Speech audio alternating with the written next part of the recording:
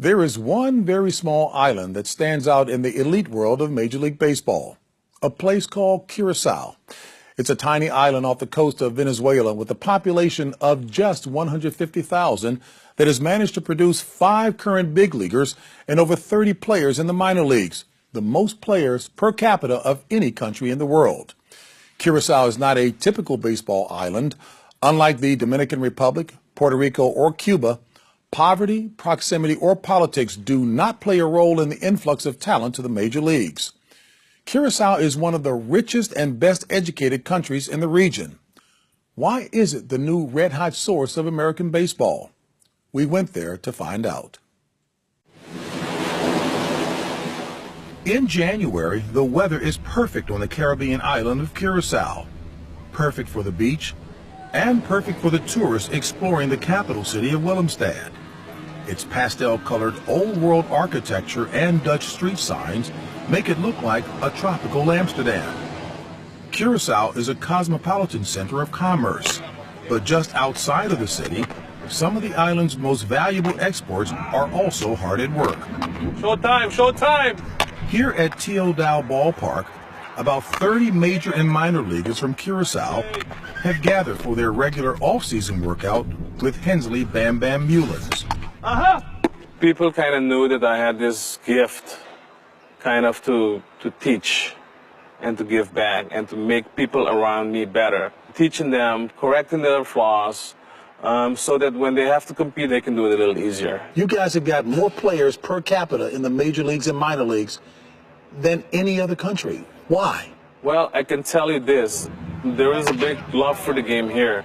And the other thing is, there is no urgency to leave the island because of necessity, having to take care of the entire family. None of these guys are in that situation. And that's helpful because? They don't have to rush off the island to go get it. The ones that leave and the ones that go is because they know they're ready to go and they're ready to make an impact. Curacao players are certainly making an impact in the major leagues. Andrelton Simmons is a 2-time Gold Glove winning shortstop for the Atlanta Braves. Los Angeles Dodgers pitcher Kenley Jansen is one of the best closers in the game. Jonathan Scope is the power-hitting second baseman of the Baltimore Orioles. In the win column! Texas Rangers infielder Jurickson Profar was a top prospect in baseball in 2012 and is rehabbing a shoulder injury this year. Line drive, caught by Didi. And Didi Gregorius has stepped in for Derek Jeter as the new starting shortstop of the New York Yankees. Gregorius and his peers come back home to the island every winter instead of training in Florida or California because of Bam Bam Mullins. He brings all this stuff that he used with all the guys from the Giants during the season, and he helps us here with the same thing too. So if you can learn from him, that makes you really good. Nicknamed Bam Bam because of the prodigious home runs he hit as a kid, Mullins is the hitting coach for the San Francisco Giants. But here, he is a legend. In 1989, Mullins became the first major leaguer from Curacao when he broke in with the Yankees. What was the experience like at the major league level? You know, as much as I was boosted in the minor leagues as being one of the top prospects and being a blue chipper, my career was not long in the major league level. Because? I never hit my stride. But what Mullins couldn't do, he decided to teach. After a 12-year journeyman career that took him from the big leagues to Japan and Korea, he worked his way up as a major league coach, winning 3 World Series rings in the last 5 years with the Giants. Oh, Didi. For the last decade, he has also used his experience to groom the next generation of Curacao ball players. I have this wealth of information. I can't keep it inside of me. It's no good. So look at all these kids. They don't know what it's like to go through a system and make it to the big leagues and be successful. They have no idea. So somebody's going to have to help them ease that route. The route to the major leagues starts very early in Curacao, at the age of 3 or 4. But unlike in the Dominican Republic, where all 30 major league teams have professional academies to evaluate millions of kids, the Curacao system is all grassroots. And for most kids, it starts with one man, Frank Curiel. If you want to be a big leaguer tomorrow or play in the major league, you have to work hard Every day, you have to run, you have to listen, you have to try to do what I say. Attaque! Curiel is a no-nonsense youth coach known as the grandfather of Curacao baseball. He started training kids in 1971. It's here at his ballpark where the tough love begins. Every day, parents drop off their kids and stick around to see the progress. Mr. Curiel, you were saying kids can't come here with what on? With watch. No watches? No ring on that. No earrings? No. No necklaces? No. You want the uniform to be Yes. clean and neat? Yes. Now, you know a lot of players today, they love to have the jewelry Yes. When you sign for the big league. when they sign for the big leagues, but not here in the little leagues. I understand that. Is that discipline, that hard work ethic, does that explain why the Little League program here is so successful? Yes, because I start to learn the kids the basic. The basics. Yes. Curacao is 7 times smaller than Rhode Island, with 1/10 of its population. It was settled by the Dutch in 1634 and is still an independent territory of the Kingdom of the Netherlands today. Baseball came to the island after 1918 when Curacao built a refinery to service oil from neighboring Venezuela. The oil brought an economic boom and lots of foreign workers in the 1940s and 50s who played baseball. The result? A $5 billion economy and a multicultural population of blacks, Hispanics, Europeans, and Native Indians who love the game and speak several languages, in addition to the local dialect, Papiamento. Some of your young men speak 3, 4, maybe even 5 languages. Well, first of all, I got to tell you, we got to thank the Dutch system that makes it mandatory for us to take Spanish and English since 5th grade in school here. 5th grade? Yes, and then you have to take them all throughout school and pass them.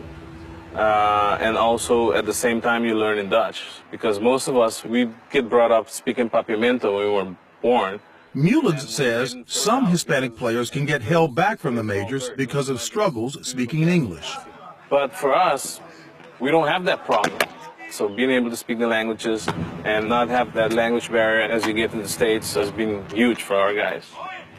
Anytime a scout says to us he's following a player from Curacao and he likes him, I light up, because I know the quality of the kids who come out of that nation and the kind of baseball they play and what they bring with them, not only physically, but intellectually as well. John Sherholz is the president of the Atlanta Braves. He struck gold in the 1990s when one of his scouts in Curacao discovered a future superstar, Andrew Jones. He still marvels at the eclectic qualities of the island. What did you see when you went to see Andrew Jones? I saw in Willemstad a mix of European culture, island culture, of very bright and energetic people who spoke 4 or 5 languages, and Andrew did. And I was just so taken by their energy, their alertness, their brightness, and willingness to be engaged fully in whatever it is they were doing. It was remarkable to me. Bam Bam Mullins opened the door to the majors, but Andrew Jones kicked it wide open for Curacao. The former Braves center fielder burst onto the scene at age 19 in 1996 when he hit 2 home runs in a World Series game. Andrew Jones. Considered one of the best defensive players of all time, he won 10 consecutive Gold Gloves, made 5 All-Star teams, and hit over 430 home runs in a 17-year career. Today, he lives in suburban Atlanta, where we spent some time with him. John Sherholz tells us he couldn't wait until you turned 16 to get you signed.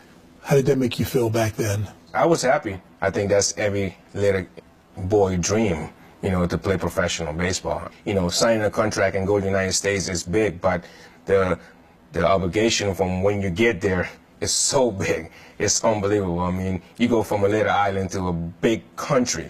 So what is it about Curacao that has produced more major league players? It's a tough question. I don't know. You know, it's just guys wanted to play.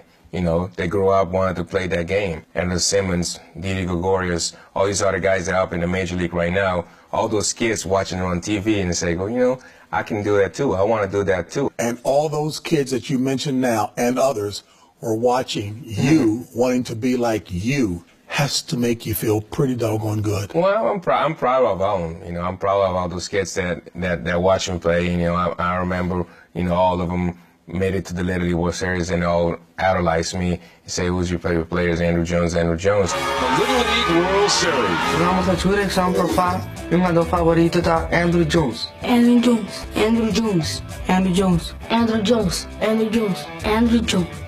By 2000, every kid in Curacao wanted to be like Andrew Jones. Soon, Curacao became a Little League World Series powerhouse.